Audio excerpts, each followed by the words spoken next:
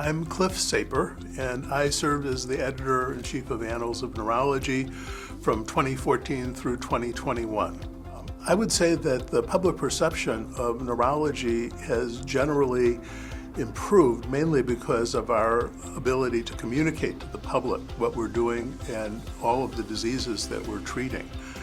I would also say that many people still, even today, lack some basic knowledge about these diseases, and that we still have a ways to go in educating the community. But the single most frequently cited article that we published during that time was by Dr. Maiken Nedergaard at the University of Rochester and the University of Copenhagen in Denmark. And she is known for having discovered the glymphatic system, a system of draining lymphatic vessels that remove various waste materials from the brain. During the COVID pandemic, we and almost all other medical journals had a dramatic surge in the number of papers that were submitted and published. And in the case of Annals, we published over 100 papers that addressed the COVID pandemic itself. Interestingly, I think those papers contributed to our understanding of the neurological complications of COVID-19, as well as to the complications of vaccinations for it. But looking back, it's striking that only 3 of those 100 papers made it into the top 100 most cited papers over that 8-year period. And I think that is because the pandemic passed, so it's less urgent to do further work on it and to cite those papers, but also probably because we lowered the bar a little in order to publish papers on COVID-19, mainly because it was so newsworthy and such an important and overwhelming topic at the time. And it's hard to tell when you're in the middle of the epidemic what is going to turn out to be the most important features of it. The only controversial stand that I think we took on COVID-19 had to do with the frequency of a type of Guillain-Barré syndrome that occurred in the patients who'd had the protein as opposed to the mRNA vaccinations. There was a greater incidence of a funny type of Guillain-Barré with facial diplegia that was occurring in that particular population. And I think that that complication, among other things, has led to that class of vaccines being less popular and eventually stopped being used.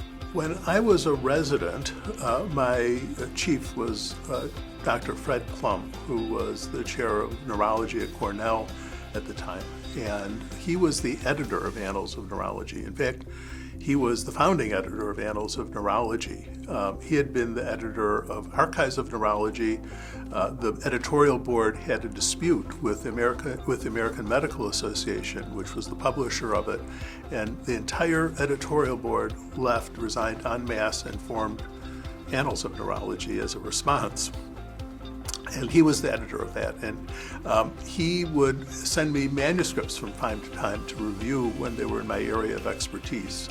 And it was through his mentorship that I became interested both in Annals of Neurology and in the ANA. When I became a member of the ANA, it was traditional at every annual meeting for the new members to be called out by name and then to come to the front of the room, and there would be a reception line of all of the past presidents of the ANA. There'd often be 20 or more of them there lined up in a row, and you would go down the reception line shaking hands with every one of them. And these were, of course, the former presidents of the ANA were the icons of neurology, and it was such an honor to meet and to be accepted into membership into their organization. At that time, you had to be at the level of roughly an associate professor to qualify for membership. So the membership came relatively late in one's career after one had established your career and your bona fides for being a member. I started attending the ANA meetings when I was a resident and junior faculty member. And the reason for going, in addition to the fact that the people that I was associated with as my mentors had been members of the organization, was that it provided an opportunity, and still does, for a young faculty member or a rising fellow or resident to meet with the senior and most iconic members of the neurology community. If there are roughly 800 to 1,000 people at a typical ANA meeting, and it has the highest concentration of leaders, people who are department chairs, program directors, and so forth, division chiefs, at that meeting, of any meeting.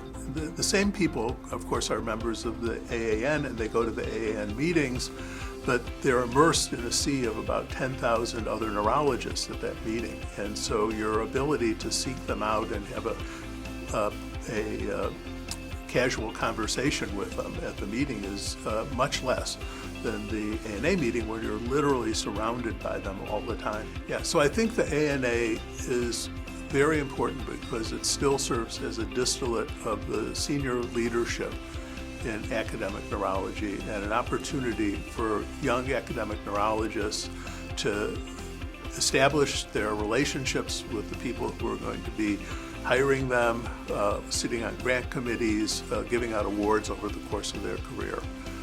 This is the premier opportunity to network with the leaders of the field.